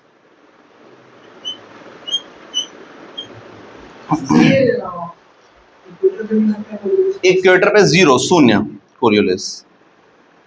इक्वेटर पे जीरो हो जाता है। हाँ, वहां पे 90 डिग्री हो जाएगा, बिल्कुल, है ना। स्टेटमेंट बन सकता है ऐसा। अगर आपसे पूछा जाए, बताइए कि हवा का एंगल 90 डिग्री आइसोबार के कहां पे मिलेगा हमको? इक्वेटर में मिलेगा, क्योंकि इक्वेटर पे कोरियोलिस शून्य होगा। कोरियोलिस अभी हमने आपको पूरा एक्सप्लेन नहीं किया है, करेंगे। आधा घंटा लगता है कोरियोलिस में सिर्फ हमको पढ़ाने में, बहुत कायदे से चलते हैं, क्योंकि कोरियोलिस पे बड़ा ही इंटरेस्टिंग स्टेटमेंट बनाते हैं लोग, है ना। जियोस्ट्रॉफिक विंड, भू विपेक्षी पवनें। सबसे पहला, जियोस्ट्रॉफिक विंड तब चलती है जब पीजीएफ के जस्ट अपोजिट क्या वर्क करने लगे? कोरियोलिस। सबसे पहला स्टेटमेंट, कोरियोलिस किसके अपोजिट हो जाए? यहां पे लिखेंगे कोरियोलिस किसके ऑपोजिट है? Opposite to PGF. सबसे पहला स्टेटमेंट। अगर ऐसा होगा कि कोरियोलिस अपोजिट हो जाएगा पीजीएफ के, तो विंड का मूवमेंट आपको क्या लग रहा है, कैसा हो जाएगा? नहीं, स्टैटिक क्यों होगा? वो तो प्रेशर डिफरेंस में विंड तो चलेगी। स्पीड छोड़ो, स्पीड तो डिपेंड करेगी number of air molecule, pressure difference इतना है।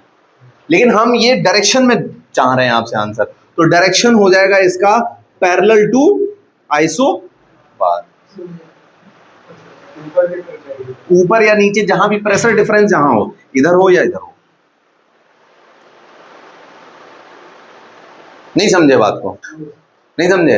अरे हमने बोला कि पीजीएफ इधर लग रहा है और इसके जस्ट अपोजिट कौन लगने लगा, तो हवा किधर चलेगी? ऊपर या नीचे, ना इधर जाएगी ना उधर जाएगी, क्योंकि एक दूसरे को क्या कर देंगे, कैंसिल आउट कर देंगे। तो हवा का मूवमेंट इसमें क्या होने वाला है? विंड डायरेक्शन क्या होगा भाई? Parallel to, yes.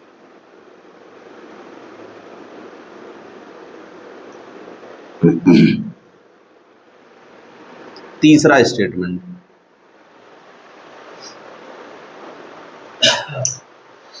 Geostrophic wind 600 metres, minimum 600 metres above ground चलती है। ग्राउंड से 600 मीटर ऊपर चलती है भाई। नेक्स्ट और अंतिम पॉइंट इसका एग्जाम्पल आपसे कभी भी कोई पूछे तो क्या हो जाता है? Z streams. सेम यही कॉपीड है सीएपीएफ में, ये पूरा क्वेश्चन, एक क्वेश्चन है ये सीएपीएफ का। Not true. और उसने पता है, ये उसने पूछा which of the following about geostrophic wind is true, और पता है 3 स्टेटमेंट ऊपर वाले रख दिए, नहीं ये नहीं रखा था, ये 3 रख दिए थे, तीनों सही थे, ऑल करेक्ट। नहीं सही था, उसने पूछा नहीं करेक्ट, तो ऑल करेक्ट थे। 2023 का सीएपीएफ देखना जाके आप, उसमें ये क्वेश्चन आया है।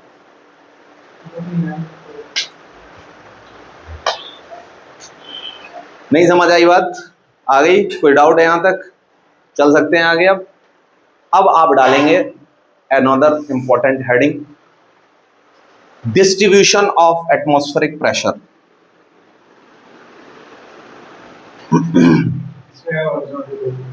यस, इसमें आएगा।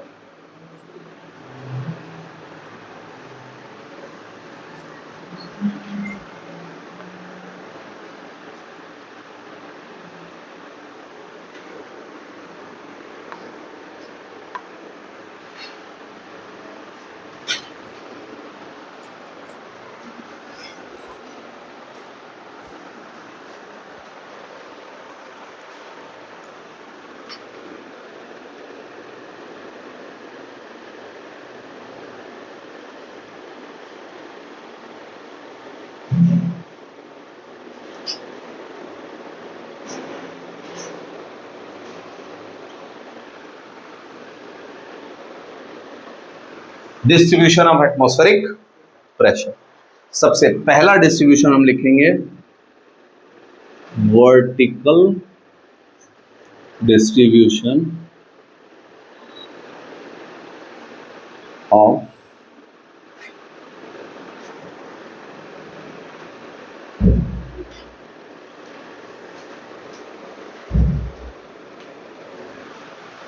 तो आपके हिसाब से वर्टिकली अपवर्ड बढ़ने पे एटमॉस्फेरिक प्रेशर घटता है बढ़ता है? घटता है, क्योंकि number of air molecules will decrease, तो atmosphere pressure will decrease, density of air molecule कम हो जाएगी। ठीक है,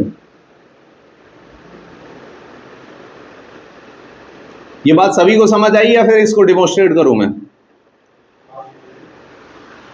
है ना, कोई डाउट है इसमें? नहीं है ना किसी को?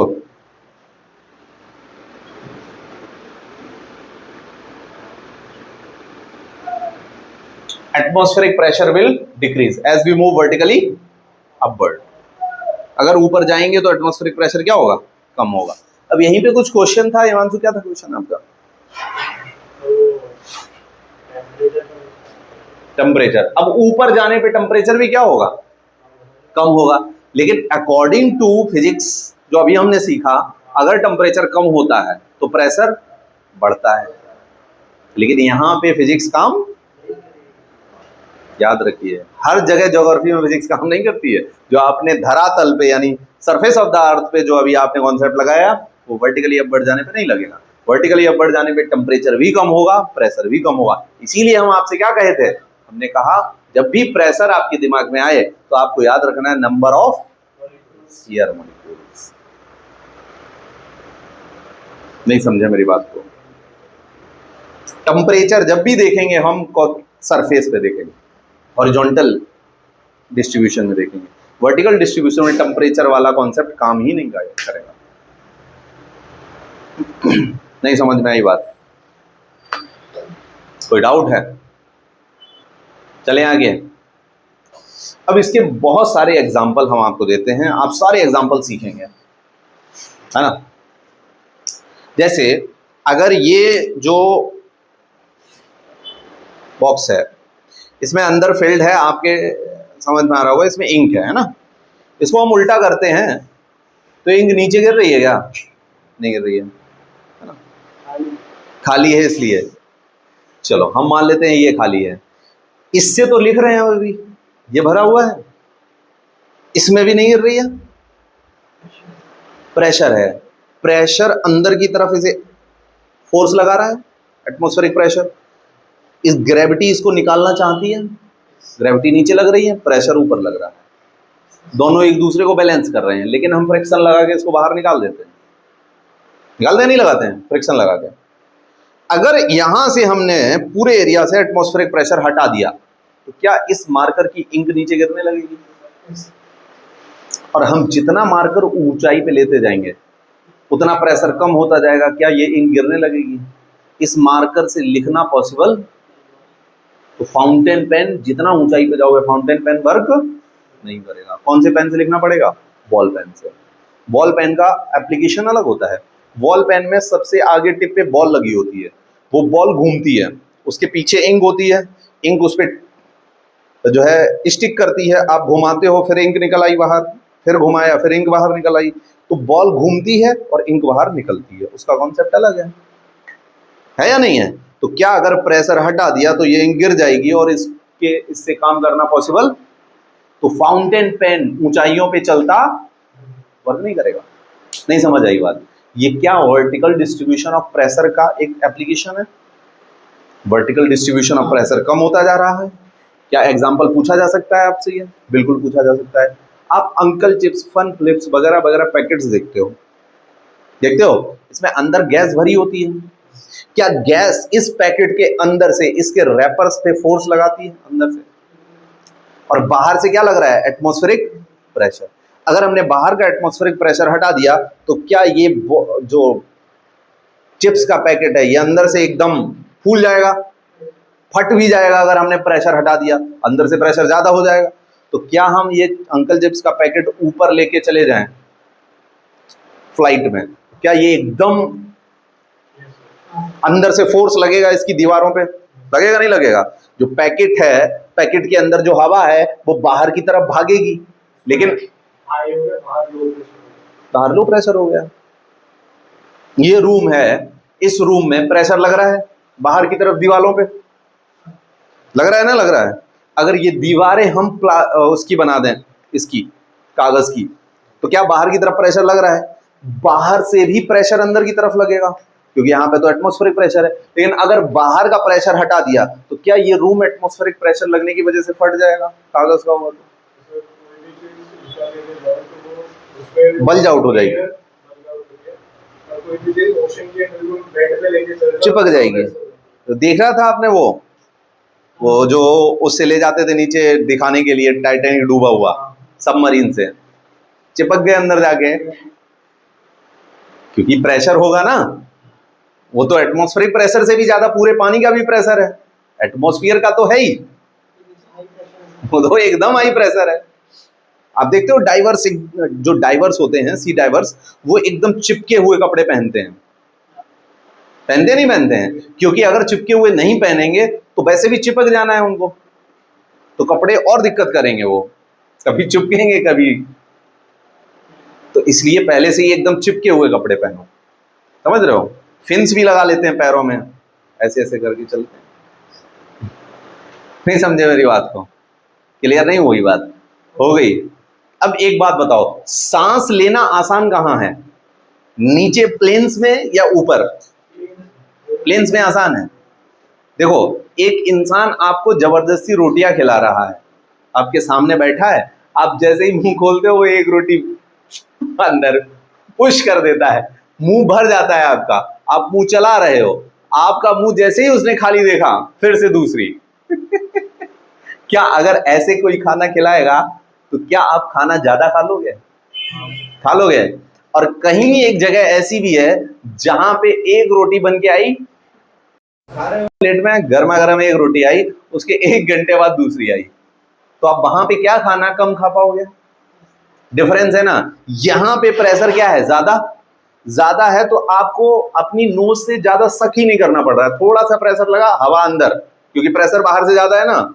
और प्रेशर जैसे जैसे कम होगा आपको जबरदस्ती सांस लेनी पड़ेगी, तो क्या अस्थमा की प्रॉब्लम हो जाएगी? ज्यादा सांस लेनी पड़ेगी, दूर दूर होंगे एयर मॉलिक्यूल, कहोगे आ जाओ, कैसे कहोगे? बार बार सांस लोगे, नंबर ऑफ ऑक्सीजन मॉलिक्यूल भी ऊपर जाने पे कम हो जाएंगे, क्योंकि ऑक्सीजन कैसी होती है, भारी, तो ऑक्सीजन के मॉलिक्यूल ज्यादा कहां मिलेंगे हमें? Near earth surface. तो यहां पे कम एयर इनहेल करोगे, उसी से ऑक्सीजन का काम बन जाएगा, लेकिन ऊपर आपको ज्यादा एयर इनहेल करनी पड़ेगी, तो क्या ऊपर जाने पे प्रॉब्लम होगी सांस लेने में, ब्रीदिंग प्रॉब्लम्स होगी? तो क्या इसमें प्रेशर का रोल है या नहीं है? बिल्कुल है। क्लियर हो गया? चल सकते हैं आगे। अगला आया, अच्छा, एस्ट्रोनॉट्स को आपने देखा, एस्ट्रोनॉट सूट पहन के जाते हैं, क्यों पहन के जाते हैं? ऑक्सीजन सिलेंडर डाल लो, एस्ट्रोनॉट सूट डालने की क्या जरूरत है? ऑक्सीजन सिलेंडर तो डाइवर्स भी लेके जाते हैं। प्रेशर नहीं है, हमारी बॉडी में कौन सा प्रेशर लग रहा है? Blood pressure. बाहर से जो प्रेशर लग रहा है ये किसको इक्वल कर रहा है? ब्लड प्रेशर को। अगर बाहर का प्रेशर हटा दिया तो क्या बॉडी फट जाएगी? इसलिए ये अपने साथ प्रेशर को, एटमॉस्फेरिक प्रेशर को मेंटेन करके ले जाते हैं। समझ रहे हो? वो इतना भारी भरकम जो सूट होता है उसमें एटमॉस्फेरिक प्रेशर मेंटेन होता है। अगर ये किसी जानवर, किसी उससे बचने जाए तो बुलेट प्रूफ पहन के जाएं, ऑक्सीजन लेके जाएं तो सिर्फ ऑक्सीजन सिलेंडर डाल लें, क्या फर्क पड़ता है ना? नहीं समझ आई बात? आ गई? अगला एक और डेमोन्स्ट्रेशन, ये अंतिम डेमोन्स्ट्रेशन है, बहुत खतरनाक है इसको समझना पड़ेगा। ये लिख लेना अपने आप, लिख लो। अच्छा, मैं बोल देता हूँ, यूज नो देयर इज, ऐसे लिख लो,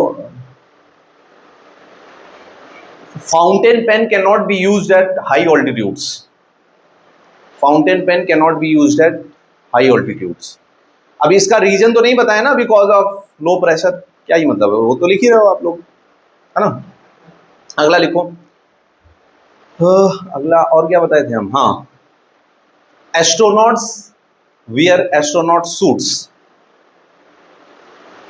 to balance pressure astronaut wear astronaut suits, है ना, astronaut wear astronaut suits to balance blood pressure with atmospheric pressure. Next, in high altitudes harder to breathe. it is harder to breathe.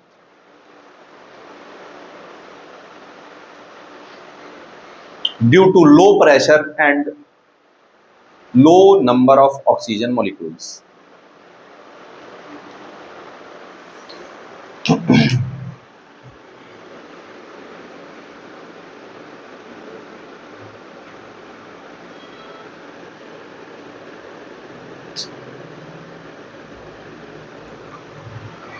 एक व्यक्ति किस पे खड़ा हुआ है? माउंटेन पे, और माउंटेन पे वो फूड कुक कर रहा है. फूड क्या कर रहा है? कुक कर रहा है. और एक व्यक्ति कहां पे फूड कुक कर रहा है? प्लेन्स पे. तो किसका खाना जल्दी बन जाएगा? प्लेन वाले का. पक्का? तुम लोगों ने आंसर सही दिया. अब दूसरा भी आंसर सही देना, ठीक है. कहां पे बॉइलिंग पॉइंट इंक्रीज हो जाएगा? बॉइलिंग पॉइंट बढ़ कहां पे जाएगा? ऊपर बढ़ जाएगा, नीचे घट जाएगा. यही गलती हो गई. नहीं नहीं, कम हो जाएगा ऊपर.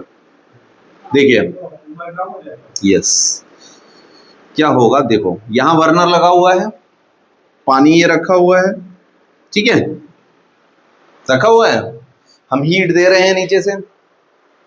अगर ऊपर हम प्रेशर ज्यादा लगा दें तो इसके एयर मॉलिक्यूल पास होने में टाइम लगेगा और बॉइलिंग होने में टाइम लग जाएगा. यानी अगर इसको हम प्रेस करते रहें ऊपर से तो जल्दी बॉयल नहीं होगा, और अगर हम इसको खुला छोड़ दें, प्रेशर और कम कर दें, तो बॉयल जल्दी हो जाएगा. यानी कम हीट देनी पड़ेगी कहां पे? माउंटेन पे. जल्दी बॉयल हो जाएगा क्योंकि प्रेशर क्या हो गया? ऊपर से कम हो गया. नहीं समझे मेरी बात को? यानी बॉयल कब जल्दी होगा? जब प्रेशर कम होगा. प्रेशर ज्यादा होगा तो बॉयल जल्दी, और जल्दी बॉयल नहीं होगा इसका मतलब हीट हमें क्या देनी पड़ेगी? ज्यादा.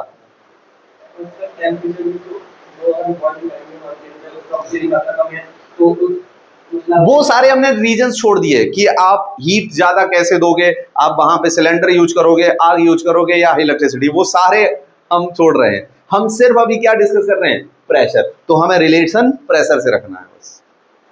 नहीं समझे मेरी बात को? समझ गए? तो कहां पे बॉइलिंग पॉइंट कम होगा? हिल्स पे. Less boiling point. बोलो. कोई फैक्टर कंसीडर ही नहीं करना है, हमें सिर्फ प्रेशर से रिलेट कराना है. टेम्परेचर तो उसको हम निग्लिजेंस मानेंगे. जितना ही आप कह रहे हो ठंड की वजह से, उतना हम ज्यादा दे देंगे उसको हीट. ठंड की वजह से जितना कम हो रहा है उतना हीट ज्यादा दे देंगे. उतनी हमने ऑक्सीजन बढ़ा दी, ऑक्सीजन सिलेंडर लगा दिया वहां पे हमने. हमें प्रेशर को रिलेट करना है, हमें और कोई फैक्टर ही नहीं काउंट करना है, क्योंकि हम प्रेशर को कंपेयर कर रहे हैं ना.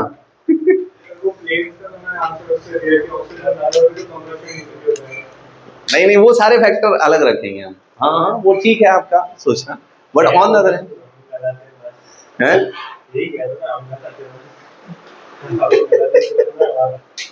समझ गए बात को?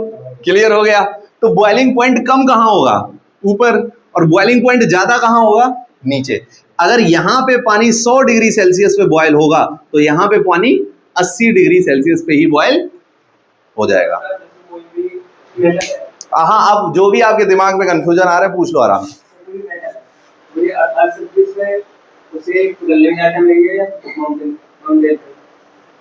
पिघलने में मेल्टिंग पॉइंट की बात नहीं कर रहे हैं, बॉइलिंग पॉइंट की. बॉयल होने में टाइम ज्यादा लगेगा, ये तो पक्का है. मेल्टिंग में बराबर लगेगा.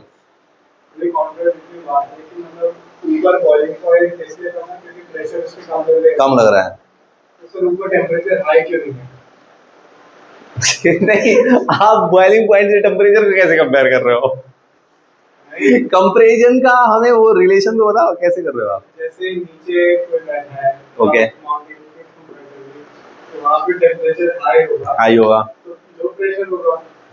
तो हमने यहाँ पे मान लो बॉइलिंग शुरू की है उस कंटेनर की 25 पे, और आप ऊपर कह रहे हो वहां पे मान लो 10 डिग्री सेल्सियस हुआ, तो हम उतनी हीट ऑलरेडी दे देंगे उसको।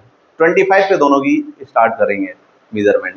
इसमें काफी बड़े मिसमैच से फैक्टर, वो सारे फैक्टर आपको अलग रखने हैं, हम सिर्फ प्रेशर को पढ़ा रहे हैं, तो प्रेशर के ही रिलेशन में देखना है। एग्जाम में क्वेश्चन आया बिल्कुल। हमेशा प्रेशर को रिलेट करके करना है। अगर वो क्वेश्चन वैसा पूछेगा तो आपको रिलेट करना है। वो कह देगा अदर फैक्टर्स आर निग्लिजिबल, खत्म बात हो गई। तो प्रेशर अभी हम पढ़ रहे हैं तो प्रेशर पे ही करेंगे, काम खत्म। नहीं समझे मेरी बात को? अब बताओ खाना बनाना इजी कहाँ है, प्लेन्स पे या माउंटेन्स पे? माउंटेन्स पे बॉइलिंग पॉइंट कम है। अब एक बात बताओ, आपका पानी 80 डिग्री सेल्सियस पे बॉयल होने लगा, आपने उसमें 2 आलू डाल दिए हैं बॉयल होने, पोटैटो, तो आपके हिसाब से जल्दी बॉयल कहाँ होंगे आलू, माउंटेन पे या प्लेन पे? 80 डिग्री सेल्सियस में या 100 डिग्री सेल्सियस में? आलू की बॉइलिंग, आलू जितनी हीट चाहिए उतनी उसको चाहिए। आप 100 पे बॉयल करो पानी को, 70 पे करो, उसे क्या मतलब? तो जल्दी कहाँ, उसको हीट ज्यादा कहाँ मिलेगी? प्लेन्स पे। तो खाना बनाना कहाँ ईजी है? नहीं समझे मेरी बात को? जो जो फूड है उसे प्रोसेस होने में जितनी हीट चाहिए वो तो उतनी हीट लेगा। अगर आप 100 पे बॉयल कर रहे हो तो हीट उसको ज्यादा मिल जा रही है, और 80 पे बॉयल कर रहे हो तो हीट कम मिल रही है। तो कहाँ पे खाना बनाना इजी है? हम प्रेशर कुकर देखा है ना? प्रेशर कुकर पे खाना यूं बनता है, क्यों? चुटकी बजाई खाना बन गया। क्यों बनता है? क्योंकि हम उसमें प्रेशर क्या कर देते हैं, बहुत हाई। अगर प्रेशर हाई करेंगे तो कुकर के अंदर के पानी को बॉयल होने में टेम्परेचर बहुत ज्यादा चाहिए। चाहिए नहीं चाहिए? जो आपकी हीट है वो बॉयल ही नहीं होगा, एक्सट्रीम टेम्परेचर पे बॉयल होगा। तो जैसे ही बॉयल होगा, जो उसमें डाला है वो उसकी हालत खराब हो जाएगी। दाल डालिए, दाल की खराब हो जाएगी, है ना?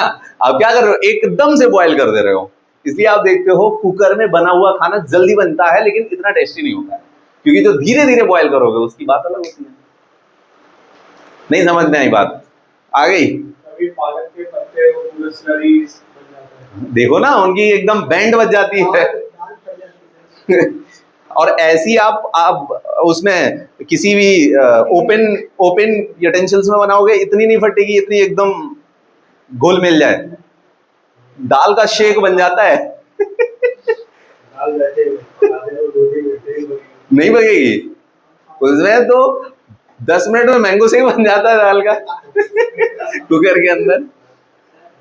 नहीं समझ में आई बात? क्लियर हो गया? चलिए अब आगे चलते हैं। हमारा वर्टिकल डिस्ट्रीब्यूशन यहाँ पे खत्म होता है। तो cooking food is easy in plains with respect to hills. ये लास्ट स्टेटमेंट डाल दो, इसी के बाद खत्म। Cooking is easy on plains as compare to hills.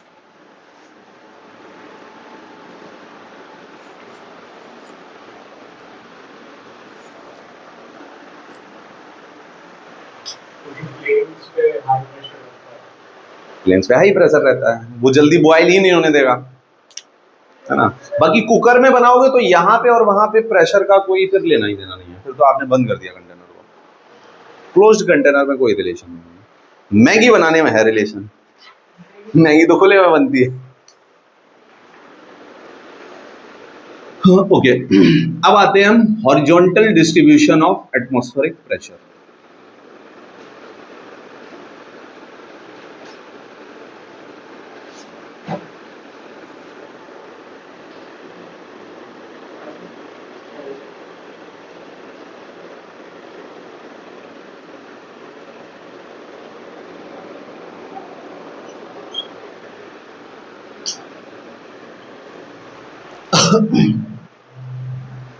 Horizontal distribution में हम 2 प्लेसेस का लोकेशन देखते हैं। जैसे हम मान लो कंपेयर कर देते हैं मथुरा से किसको, आगरा को, ठीक है? मथुरा एंड आगरा को कंपेयर कर देते हैं। ठीक है, मथुरा और आगरा को कंपेयर करें तो ये कंपैरिजन कैसा है, हॉरिजॉन्टल या वर्टिकल? हॉरिजॉन्टल है। अच्छा, अगर हम इक्वेटर और पोल को कंपेयर करें तो ये कैसा है, हॉरिजॉन्टल या वर्टिकल? देख लो, हॉरिजॉन्टल है, वर्टिकल है? हाँ बोलो भाई, what do you think, horizontal या वर्टिकल? हॉरिजॉन्टली। पोल पे अगर हमें जाना है तो सीढ़ी लगा के जाना पड़ता है? नहीं। अगर हमें सीढ़ी यूज करनी पड़े तो वो हर जगह वर्टिकल होगी। अगर हमें बिना सीढ़ी के चले जाएं चलते हुए, चढ़ाई ना करनी पड़े, तो वो हर जगह हॉरिजॉन्टल होगी। समझ गया बात को? अगर हमें तमिलनाडु जाना है तो सीढ़ी लगा के तमिलनाडु उतर जाए, ऐसा होगा या चल के जाना पड़ेगा? चल के जाना पड़ेगा। तो दिल्ली और तमिलनाडु का कंपेयर करेंगे तो ये भी वर्टिकल होंगे या हॉरिजॉन्टल होंगे? हॉरिजॉन्टल होंगे। चाहे पोल से पोल कंपेयर करो या पोल से इक्वेटर कंपेयर करो, आपको चल के जाना है अर्थ के ऊपर, है ना? तो आपके ये दोनों ही जगह हॉरिजॉन्टल होंगी, ना कि वर्टिकल होंगी। हाँ, वर्टिकली अपवर्ड जा रहे हो ना एटमॉस्फेयर में, तब होगा। अर्थ से मून का कंपेयर कैसे करोगे, एटमॉस्फेयर ही नहीं होगा बीच में, गायब हो गया। हाँ, वो बोल सकते हो। कोई सैटेलाइट लॉन्च किया है, उस पे जा रहे हो आप, तो आप बोल सकते हो। नहीं समझे मेरी बात को? समझ गए? तो क्वेश्चन जब पूछा जाए तो सोचो, एकदम आंसर नहीं मार देना है खट से, ये लो। हमारी टेंशन खत्म, अब देखो अपना जो करना है करो, है ना? तो मथुरा और आगरा को कंपेयर अगर हम करेंगे तो ये हॉरिजॉन्टल होगा, ये बात सब जानते हैं। और हॉरिजॉन्टल डिस्ट्रीब्यूशन ऑफ टेम्परेचर में रोल प्ले कौन करता है? टेम्परेचर करता नहीं करता है? तो जहां टेम्परेचर ज्यादा वहां पे प्रेशर ज्यादा होगा ना? नहीं होगा? क्या होगा? कम होगा भाई। जहां पे टेम्परेचर ज्यादा वहां पे प्रेशर कम, जहां पे टेम्परेचर कम वहां पे प्रेशर। हॉरिजॉन्टल में यही डिपेंड करेगा। क्यों? क्योंकि जहां का टेम्परेचर ज्यादा होगा वहां के एयर मॉलिक्यूल हल्के होकर ऊपर चले जाएंगे। हम डिसाइड किस चीज पे कर रहे हैं? Number of air molecule. नहीं समझे बात को? क्लियर हो गई बात? नींद मार ली तुमने, है ना?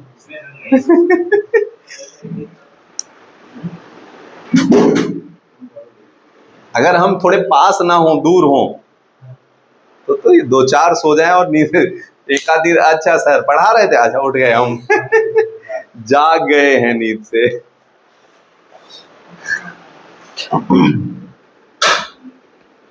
नहीं समझे मेरी बात को? समझ गए? अब बताओ, टेम्परेचर अगर आगरा का हाई टेम्परेचर है दैट लीड्स टू, और अगर यहां का टेम्परेचर कैसा है, लो टेम्परेचर, तो यहां पे प्रेशर कैसा होगा, high pressure.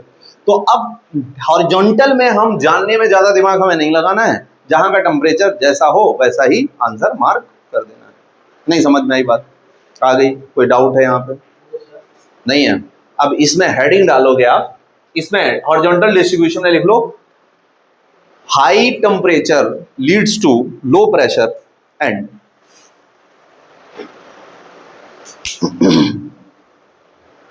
high temperature leads to low pressure and low temperature leads to low pressure and low temperature leads to high pressure.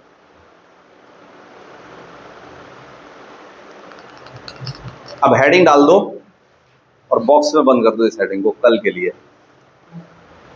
Pressure belts on earth. लंबा टॉपिक है ये, एकदम छोटा नहीं।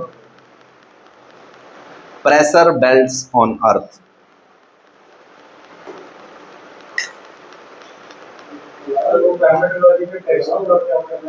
हाँ, अब उसको डिस्कस कर लेते हैं। कोई डाउट है यहां तक आपकी? समझ आ गया सब एकदम? पढ़ाई इतना दिया, डाउट कहाँ से कहाँ डाउट हो पता ही नहीं हमें। उसे बंद करना।